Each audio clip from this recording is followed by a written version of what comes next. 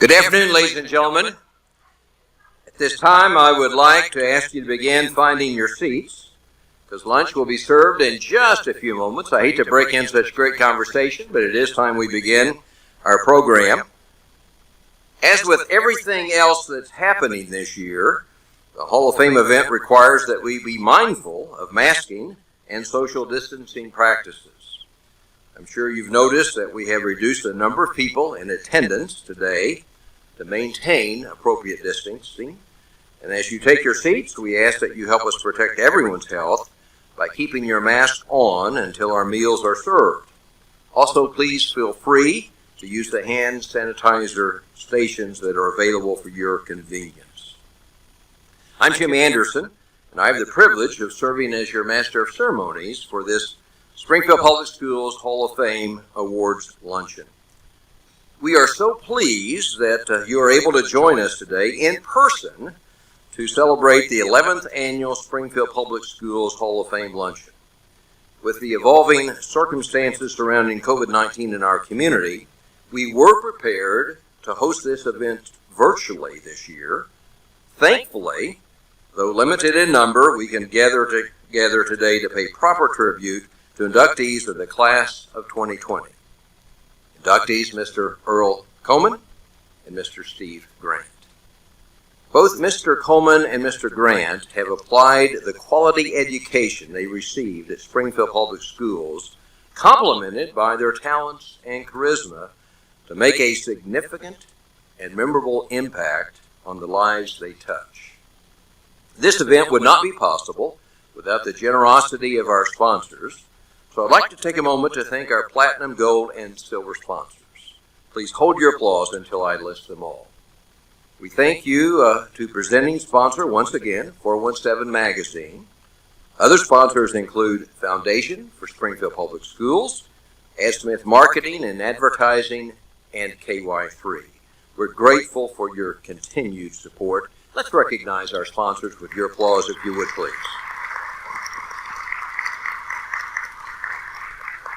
Well, my personal conviction is that education is everybody's business. Also, I believe what's good for education is good for business. And certainly what's good for education and business is good for our community. Together, we can build the future. See, public education, in my mind, is truly a community issue. Further, public education is a community responsibility and commitment. Together we can and we will build the future. The Foundation for Springfield Public Schools, under the leadership of Executive Director Natalie Murdoch, works every day to support the mission of Springfield Public Schools. Thanks to its donors, the Foundation places resources directly into our classrooms, allowing teachers to provide learning opportunities and experiences for students that impact their life today as well as into their future. While your meals are being served this noon hour, we'd like to show a brief video highlighting the Foundation's work, followed by remarks from Foundation President Stephen Gintz.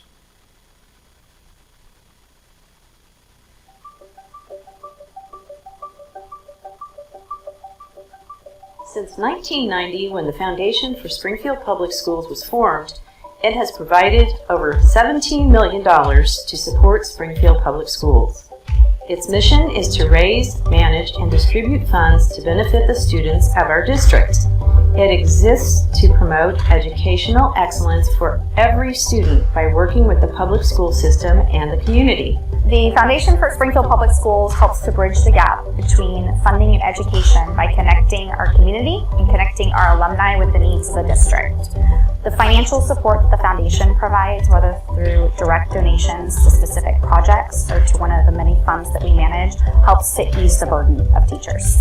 Over the last 2 years, the FSPS has awarded over $1.3 million to benefit student achievement in Springfield Public Schools.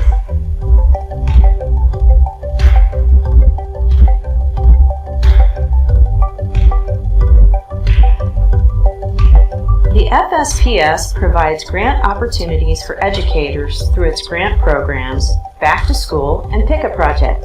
when you talk about implementing something like STEAM Night at an elementary school, that requires thousands of dollars. And so we wanted to start a robotics club, and when we started looking into it, just getting started was about $12,000 to $15,000. So if you want cutting-edge technology in the hands of children, there's really no other way we can do it unless we have something like the foundation to support us. The FSPS also provides support for teacher learning opportunities. I think the most recent and unique opportunity was the $18,000 grant the foundation awarded the Learning and Development Department to help develop SPS Access Class. Access Class is a partnership with Leadership Springfield. We're providing 40 teachers in SPS an opportunity to build some community connections, to network with other educators across the system, to find out what resources are available to students in our community. We face super complex issues as far as serving our students, and we need additional networks outside of the walls of our classrooms to help teachers feel more efficacious in their work. And so this partnership has just been super meaningful, and we're excited about the work of that moving forward. The foundation supports student needs through the temporary and permanent funds it manages. The foundation manages endowment funds for each high school in Springfield. The Viking Endowment is a great opportunity for our students. Unfortunately, we have a lot of different costs and fees that are associated with our programs. For example, our academic competitions, dual credit, AP tests, and so the endowment allows students to receive that money, apply for that money. Without the support of the Viking Endowment, many of our students would be at a disadvantage. As I think about what this foundation does for Springfield Public Schools, they really do meet needs that are existing in our classrooms for our kids and for our teachers. They bring a smile to the face of our kids and our teachers whenever the foundation shows up and shows support. The foundation relies on the support of a generous community to support the needs of our students and educators. You can learn more, get involved, or donate by visiting supportsps.org. Hope you enjoyed the video there. Good afternoon, I'm Steve Gintz. I'm president of the foundation for Springfield Public Schools. The foundation is a proud sponsor of this event, and we are very honored to honor the outstanding graduates of Springfield Public Schools. On behalf of our board and staff, I would like to congratulate our 2 inductees this year. The foundation has always worked very closely with SPS alumni and continues to help keep you connected to your school. We are proud to be your public school foundation and proud to support Springfield Public Schools. Just last year, we were able to provide over $900,000 in financial support of students and staff. I would like to invite you to learn more about the foundation by visiting our website at supportsps.org. And if you're a graduate, you can stay connected by visiting our alumni page. Thank you again for coming this afternoon, and please enjoy your lunch. Good afternoon. Please continue to eat and finish that great lunch and dessert, but we're going to get this celebration on the road here. I am John Jungman, Superintendent of Springfield Public Schools, and today it is my honor to congratulate our inductees on behalf of Springfield Public Schools. This is our 11th annual Hall of Fame, and it's one of our highlights of the year. As you know, and Jim mentioned before, things are a little different during 2020. But this Hall of Fame has required more flexibility and creativity than ever due to the coronavirus.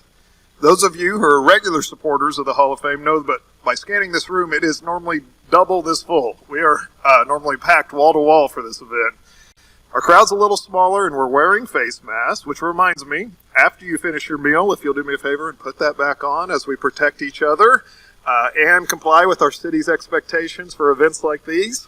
I would really appreciate it. We want everyone to be safe and enjoy this incredible event so we can honor these great honorees. As we think about these 2 outstanding individuals we're inducting today, they have established their careers in very public platforms. One as a broadcast journalist and the other as a performer and a teacher. Their talents have earned them recognition, awards, and distinction in their careers. It is their lasting impact on the lives of others that is most frequently mentioned by their friends and their colleagues as their greatest contributions to this world. It's my pleasure to introduce you to Earl Coleman, a 1965 graduate of Parkview High School. Earl, will you please stand and be recognized as we get started?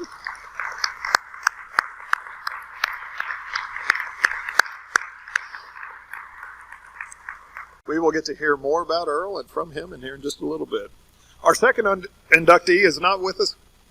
Oh, he's actually just walking in. So perfect. Oh, there somewhere. I see Steve. He's made it with us. So our second inductee is Steve Grant, a 1972 graduate of Hillcrest High School who is well known to all of us as a longtime KY3 news anchor. He'll be joining us later in the ceremony to give us remarks, but please recognize Steve.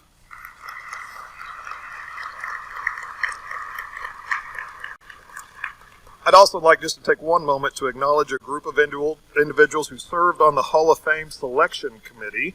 If any of our Selection Committee members are here, will you please stand and we can applause for you. I know many did not come just to stay distance. I see one and see two. Here we go. Give them a hand.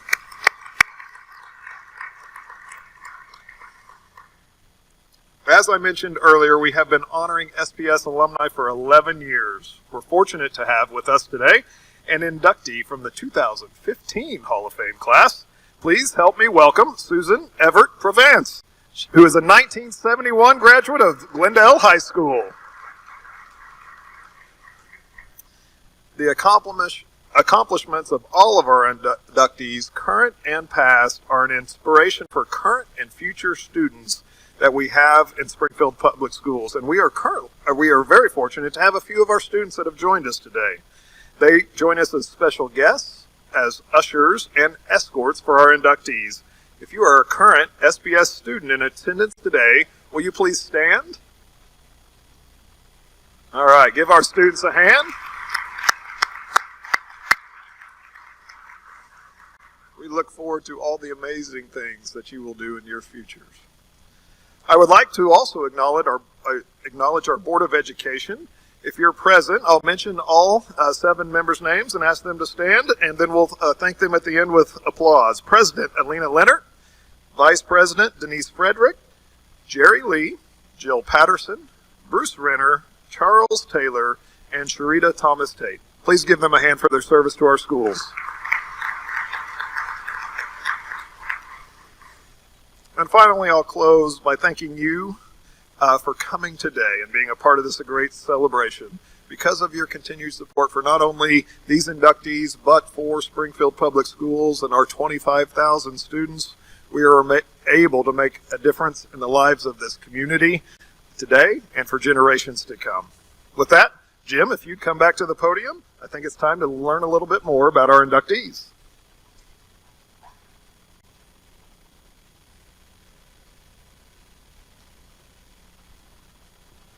John, thank you very much.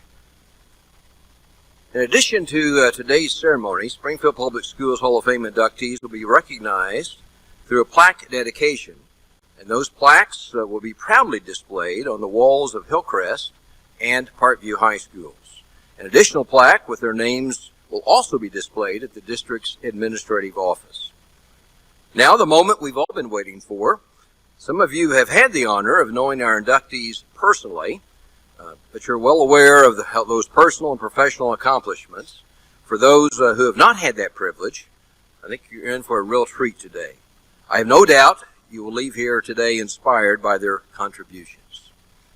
So let's begin. Our first inductee, Mr. Earl Coleman, is a 1965 Parkview High School graduate. A renowned musician, vocalist, and teacher, Earl has applied his considerable talents to help others become successful performers in their own right. Many of those students remember him as the teacher who made a difference in their lives.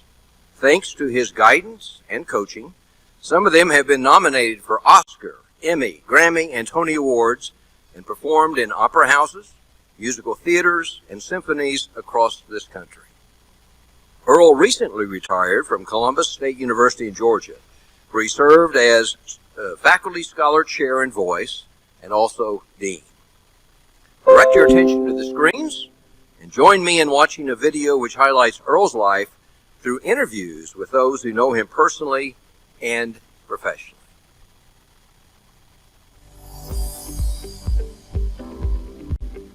My relationship with Earl starts way back in high school. Most of the time, upperclassmen don't have anything to do with with the underclassmen. And so he was just really friendly and willing to help us when we needed help. It continued through college as well, and we were all involved in the music things that happened there. We've just all been lifelong friends ever since that. He was my high school music teacher back in the early 70s, and really got to know Mr. Coleman, is what we called him then, from his classes, and I also studied private voice with him. Earl is one of those people who is he's a connector. He stays in touch with so many people. I think Earl's greatest accomplishment is his 50 years of teaching and all the students that he has been an example for and has influenced over 50 years. When I was looking at the position as director of the Schroeder School at Columbus State, I began reading the faculty bios on the website. Earl has had some extraordinary musical experiences throughout his career, and he's, I would say, a very gentlemanly soul, and very empathetic and caring, and truly professional. I mean, he wants to inspire students not just to make great art, but to be consummate professionals and seek opportunities. And he's had some amazing successes. And I think that his characteristics is just an extraordinary pedagogue and somebody who's going to teach students how to sing and sing in a healthy way so they can maintain a career. That's really important, and he's really good at that. Mr. Coleman, since I was in high school, has been such a supportive voice. Somebody in good times or in bad would follow up, would say something to you, would let you know that he's there and available. And he is one of the good guys in the world. As a black male myself, there are stories about life growing up in Missouri, about the different bits of discrimination that he faced, how he persevered in a number of different audiences, and how he came back and gave back to his communities, plural. You know, there's not much more you can say about someone than an amazing mentor, friend, and somebody who, anytime you've interacted with him, you realize this is a lifetime deal, his support. Earl, congratulations on this achievement. You deserve it. Earl, congratulations from the Stratmans and all your friends in St. Louis and all your past students for this award. Well, Earl, congratulations. This is a terrific honor for Springfield and a terrific honor for you. Thank you for your help and your assistance. And I'm thrilled, again, that you're playing chamber music. Congratulations for all that you've done to impact young people in Missouri, throughout our country, and folks that are making differences large and small no matter where they are. You have made a huge impact on my life and so many others. Best wishes and congrats.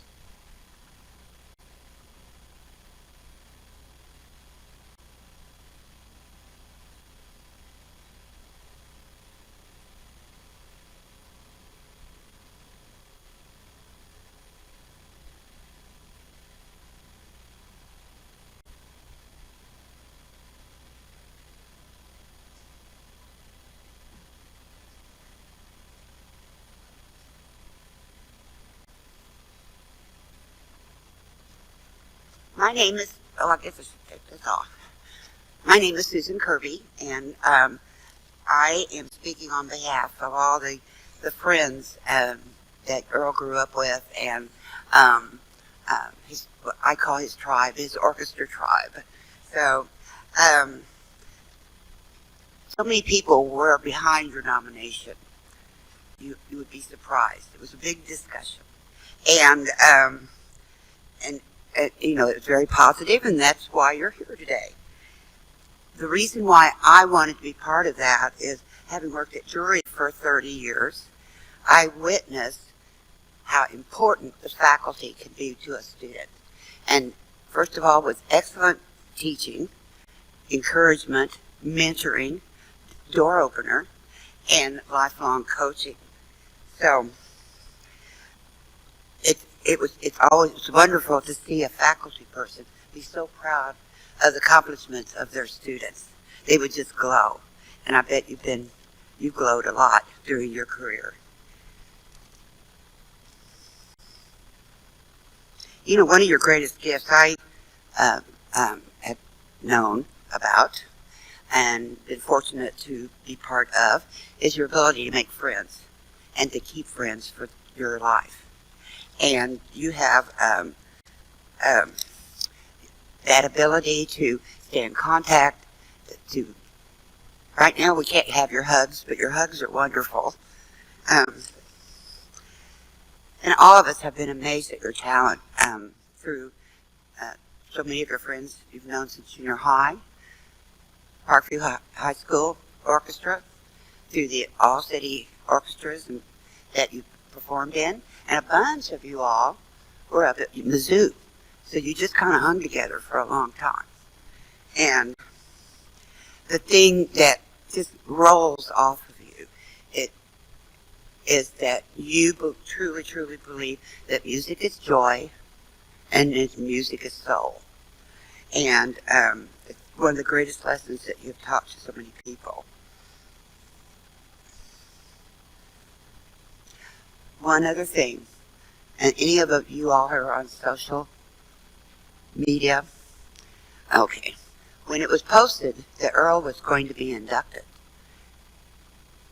he had over 200 likes and loves and 70 comments of tribute.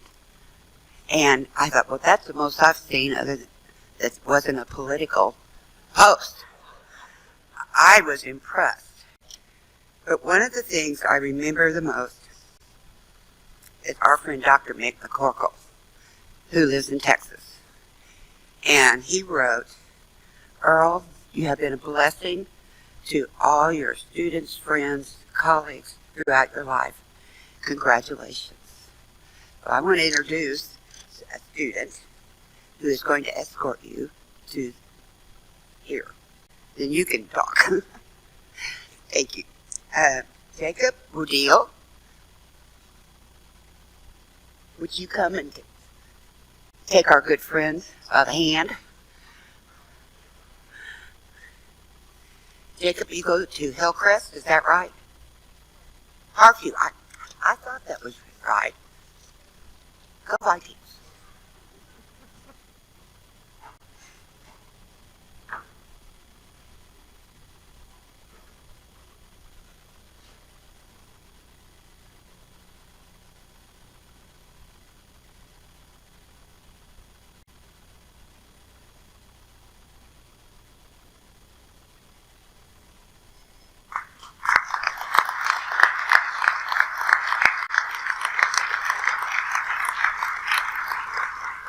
Thank you. I'm used to bowing and singing, so bear with me. It is a pleasure to be here and to receive this great recognition. My thanks to Susan Kirby and those who nominated me,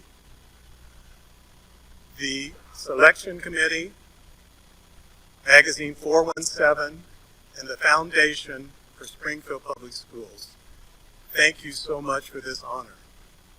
I think back to growing up in Springfield, grades 1 through 12, 2 years at Lincoln School, 4 years at Campbell School, 2 years at Jarrett Junior High, and 4 years at Parkview.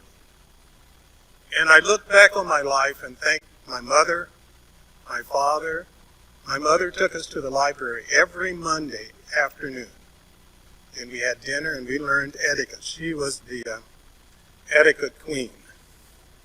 One of the things she instilled in me was choose your friends wisely. And that has been a blessing in my life. At this table over here is Don Keaton, who I've known since 3rd grade. 65 years. Linda Andrews Sobin, we met at Jarrett Junior High School, Parkview, University of Missouri, and I sang in her wedding. Linda Patterson and I met at Jarrett and went to Parkview together. My friends Janet and Bob right here, we have been friends since I started dating. I know their whole story. We won't start there. And I sang at their daughter's wedding. My friend Wes Pratt, we were the South Grant kids. And I know our parents would be so proud of of what we've done. My grandmother brought me my first violin and piano. My other grandmother was home every day when we came home. My father and mother separated, divorced when I was a child, but we got great summers in California with him. He worked for the actor John Payne. So we came back to Springfield with hula hoops in 1957 to 58. We were popular. My elementary school principal, Mrs. Wallace, insisted, and Don can tell you this, that we play instruments. And it was because of her that I played violin and met the greatest teacher in my life, Mr. Ellis Thurman, who was my teacher from grade school, junior high, and died my junior year at Parkview. And I go back and read what he wrote in my yearbooks, and I cherish those things because he was so encouraging. And that was one of the things that touched me as a teacher. I had that model. I had the model of Dan Palin later, who was the strictest teacher, the teacher I disliked the most, and guess what? The teacher I teach the most like. So it all comes around having those two mentors. And then I had a wonderful violin teacher, Joanne Burris Saltz, who was principal's second violinist in the Springfield Symphony, who encouraged me to do the best that I could. I was in the Youth Symphony. I became a member of the Springfield Symphony my senior year, was in the All-State Orchestra, and when I couldn't afford violin lessons and a new violin my senior year, she taught me for free. And I still have the trunk that she gave me when I went to MU, and I cherish that. The other mentor that was very important to me was Mrs. Ollie Allen, who was my minister's wife at Gibson Chapel Presbyterian Church. She led our youth group, and she also taught at Central High School. And she was one of those teachers that never asked us to do anything. You will do this. And that's the kind of teacher I became. You will do this. Ask my students. You will. Don't ask them. You tell them what you're going to do. And because of her, I was on the Presbytery for Youth, the Synod Committee on Youth, and later went to an international convention and spoke for youth in the Presbyterian Church. Because of her, she set this wonderful example for African American students that we were important. And for my class, 2 PhDs, 2 deans, and none of us in jail. Seriously. She mentored us to be the best people that we could be. So it takes family, it takes a village. And the Springfield Public Schools was a wonderful village for me, and I thank you from the deep bottom of my heart. Thank you.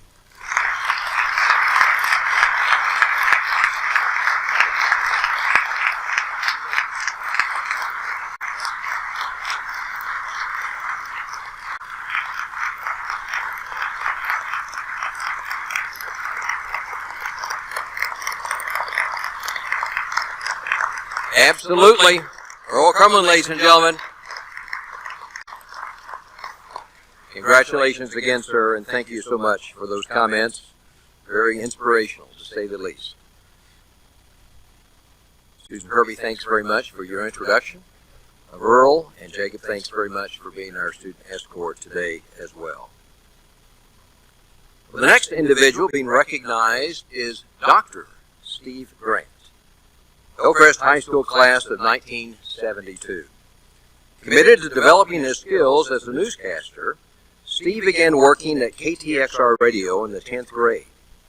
Upon graduation, he received a scholarship to Evangel University, and while attending there, began an internship at KY3. By the time he earned his bachelor's degree in broadcast communications, he was a full-time newsroom employee. He never left, and now Steve anchors the noon and evening newscasts. His work has garnered him 2 Emmys, the National Academy of Television Arts and Sciences Silver Circle Award, and 2 honorary doctorate degrees, one from his alma mater, Evangel, just this year, and the very first honorary doctorate ever presented at Evangel University, and another from College of the Ozarks in 2012. Steve is currently president of the Mid-America chapter of the Emmy Awards. Beyond his professional achievements, Steve has demonstrated a commitment to community service. He serves on the Board of Trustees for Springfield Workshop Foundation and has played a key role in KY3's Honor Flight of the Ozarks mission, helping to raise more than $1 million to send almost 1,400 World War II veterans to Washington, D.C. The video we're about to see shares insights from friends and coworkers about how Steve has distinguished himself through his professionalism and dedication.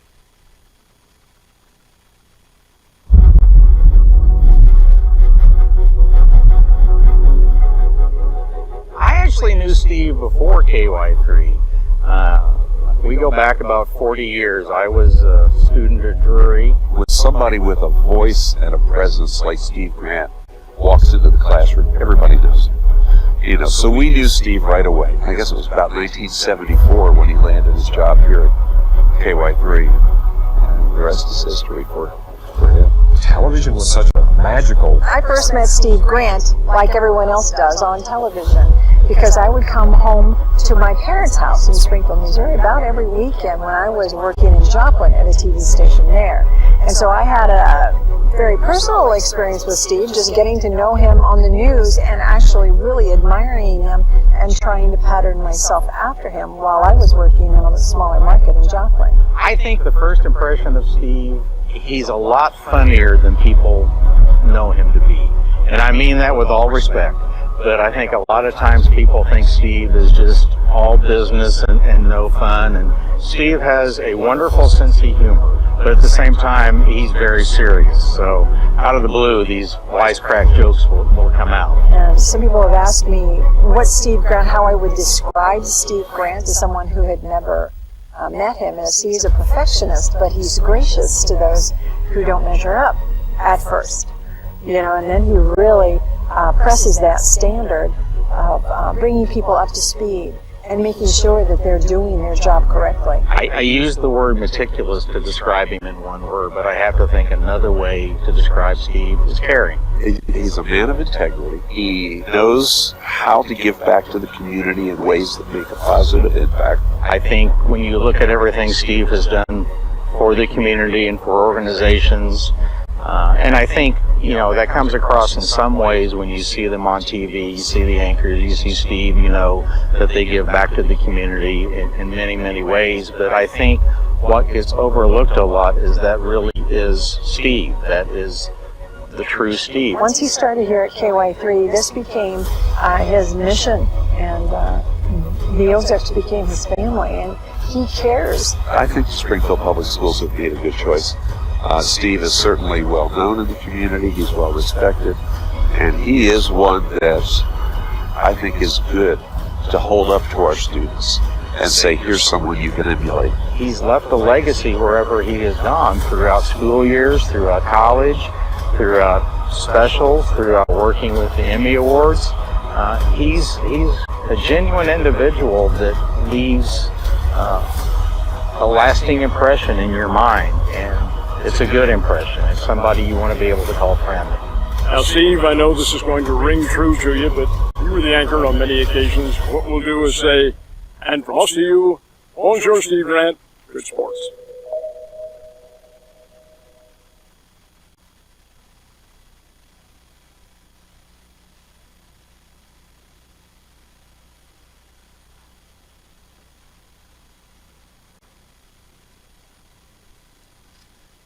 My name is Jerry Bear. I am a former classmate, co-worker, and friend of Steve's for over 50 years. When people find out that I know Steve Grant, I always tell them I knew Steve Grant before he was Steve Grant, meaning before he became one of the Ozarks' most recognizable faces and voices and respected news anchors. When everybody at Hillcrest heard Steve talk or do the morning and afternoon announcements, they knew he would wind up on radio and TV. His English teachers and speech coach had no doubt. When you can make the school lunch menu sound good, you're on the way. He was only the 15-year-old with a 35-year-old voice at school. During his sophomore year, he started spinning easy listening elevator music on KTXR FM. It was called elevator music then because people didn't have FMs in their cars yet, and were listening to the sporty 1340 KICK. Steve's parents took turns taking him to KTXR studios until he got his driver's license, and sometimes that meant at 4 a.m. I joined Steve a couple of years later at XR. We were DJs, and we had a blast as kids playing to the adult listening audience old enough to be our parents and grandparents. By the end of his sophomore year at Evangel, he was 20 years old with a 40-year-old voice. He became the youngest newscaster ever hired on Springfield television. As a major part of one of the Midwest's most progressive television news teams, Steve was never less than #1 in his ratings and has the honors to prove it. His alarm went off at 2:30 a.m. thousands and thousands and thousands of mornings. Makes me tired thinking about it, Steve. So he more than earned it. His reputation led to his election as president of the Mid-America Emmy Award. Eventually, his voice and age caught up with each other, so I won't introduce him as the 66-year-old man with the 86-year-old voice. But please welcome to the stage 2020 Hall of Fame inductee Steve Grant, escorted by Hillcrest High School student Madeline Summers.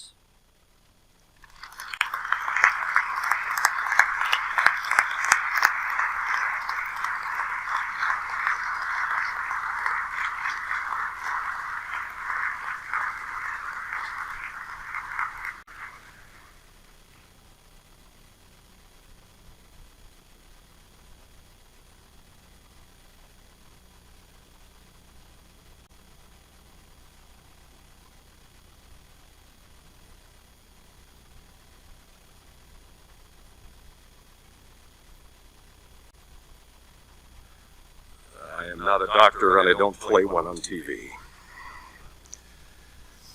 Thank you, Jerry, for your very enduring friendship and making my exact age known to the world now. I would like to add just a couple of minor details. I am not Ned Reynolds' paternal twin, and I think Ned would want you to know that he is not my father.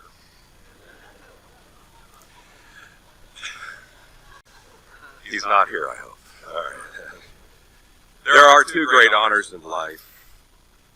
First is the woman you love who has 4 college degrees asking you to marry her. And the next is the recognition of one's peers. And none of us is a success on his own. So thank you for an honor that is beyond words. And congratulations, Professor Coleman. My first co-anchoring experience, as Jerry pointed out, was graduation at Hillcrest, sharing the podium with 3 other commencement speakers. And while considering college, one day I borrowed some radio station letterhead and wrote to an ABC radio network newscaster in LA seeking his advice on preparing for a career in broadcast journalism. He was on at night when I would flip the switch and have KTXR join the network every hour until we signed off. He wrote back on ABC letterhead with a 1-sentence answer. Take the classes that tell you how the world operates. That was it. Hillcrest's amazing HTV program and their equally amazing mentor Dave Davis came on strong well after I had transitioned to television down the street here. And they continue to show us that they know how the world around them operates. And of course, you all know their stellar track record over the years. Many going on to great jobs in local, regional, and national news media. Their storytelling and their newscasts garner top student honors. from the Mid-America Emmy Awards after every call for entry. I've lost count, but they do themselves at Hillcrest very proud every time. Which brings this thought to mind. More students need to know how the media world operates.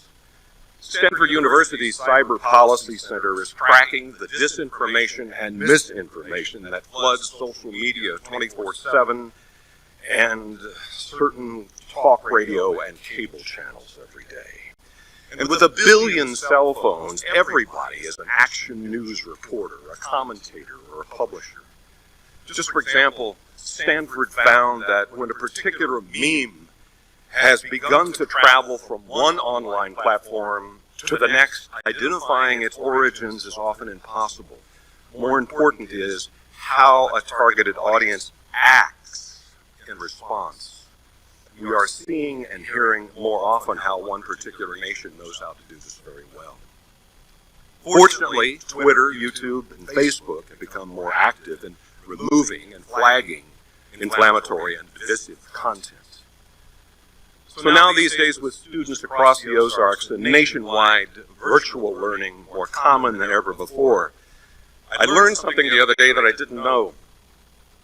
By the time a child gets to 9th grade, they will have been exposed to more information than I have watched, heard, or read in my lifetime. Finland has taught media literacy in public schools for decades, upgraded its curriculum to teach all high school students to identify false stories and to make sense of which stories of information and sources of information to trust. Okay, Finland is a little country. By contrast, and I'm not calling out anyone here, in 2016, only 1 in 4 8th graders in the United States performed at or above proficiency on the nationwide civics exam. So if you don't know how the world operates, you are more likely to believe in conspiratorial theories or clickbait. The Mid-America Emmy Chapter's Board of Governors is gearing up to help raise awareness of the need for media literacy in Missouri schools. And we'll be asking our friends in broadcasting and print to join us. The St. Louis representative who introduced a bill that went nowhere this year plans to bring it back. We agree with him. The media literacy education curriculum must be developed to teach the process of verifying and evaluating information. Process-based and not content-based, so everyone can use their own editorial judgment. My hope is that Missouri's largest school district will endorse this. I'm going to step off the soapbox now. Thank you to Springfield Public Schools Foundation, QI3, Brian McDonough, 417, for allowing me to join this rarefied company this year. I share this honor with my only brother, Gary, who was Hillcrest class of 76, now in his 11th year of holding off stage 4 cancer.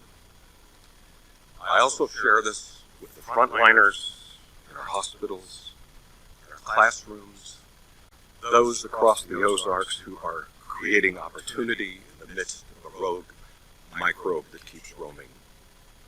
And all of my classmates, for all of these years, have planted trees in a shade they know they will never sit. Thank you. Thank you very much. My deepest gratitude.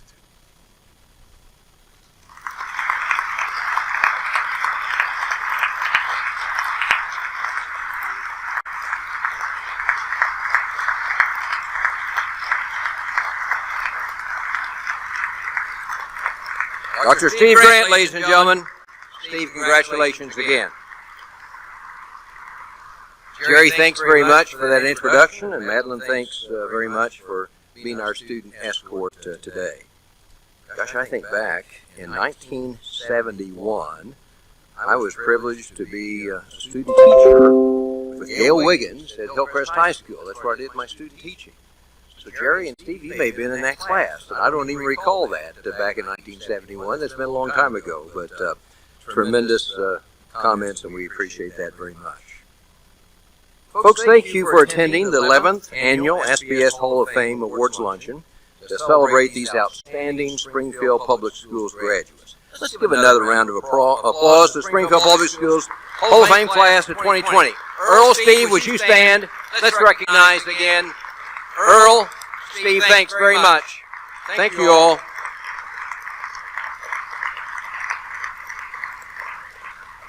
Our inductees made it very clear today that achieving their goals and dreams would not have been possible without the early support and encouragement of their teachers and other caring adults. If you are a current or former teacher, please stand so that we can recognize you for your service in educating the leaders of tomorrow. So if you're a current or former teacher, please stand. Let's recognize those teachers in the audience this noon hour. Thank you very much.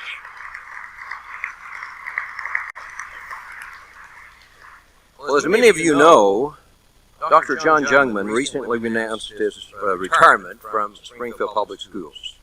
He'll retire next summer, so this will obviously be his last Hall of Fame Awards luncheon as Superintendent of Schools.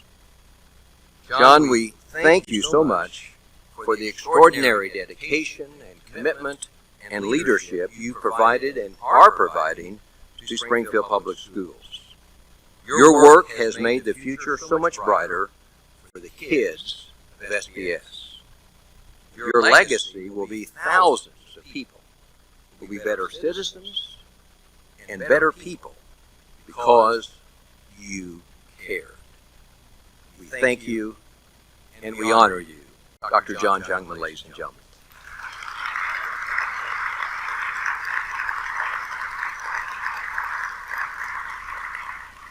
We again thank our sponsors for their support. Presenting sponsor again, 417 Magazine. Additional sponsors, Foundation for Springfield Public Schools, AdSmith Marketing and Advertising, and KY3. Finally, I'd like to remind you to watch next April for information at sps.org on how you can help determine who will be inducted in the 2021 Hall of Fame class. We thank you for attending today. We thank you for your commitment to Springfield Public Schools. Enjoy the rest of this fall day and stay safe and healthy. We're adjourned.